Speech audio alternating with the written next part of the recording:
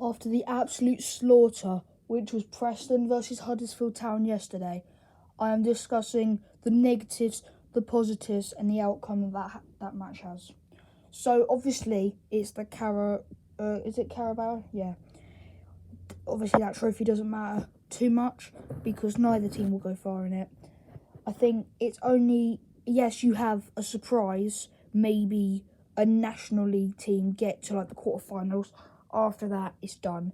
You only really get big teams. With Man City, Liverpool, or any big clubs in England. They don't.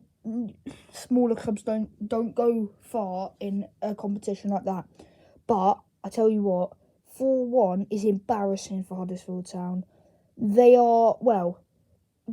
didn't have their strongest team out because obviously it's the Carabao Cup and they want to rotate players, but that's embarrassing. Their team is still good.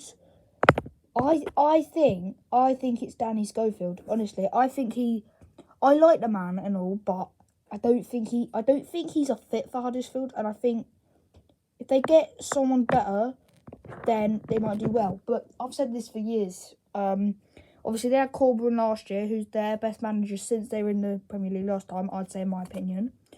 Because they had David Wagner, yeah. And then they had, Jan Sewart. Then they had a couple people before Corberan. Now, I think Corberan, it was an interesting appointment by Town at the start. And I didn't really have much confidence. I thought, he'll last until the end of the season.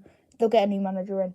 Now, obviously, funny story, I found, because we were in ICT lesson at school, and the ICT teacher said, it's the last few days it was, because basically we have a 2-week timetable, and it was our last lesson of our year, and he said, you can go on whatever you want, and so I was like, go on then, and I went on Huddersfield Examiner, and the first thing I saw was Corberan leaves Huddersfield, and I'm like, no way.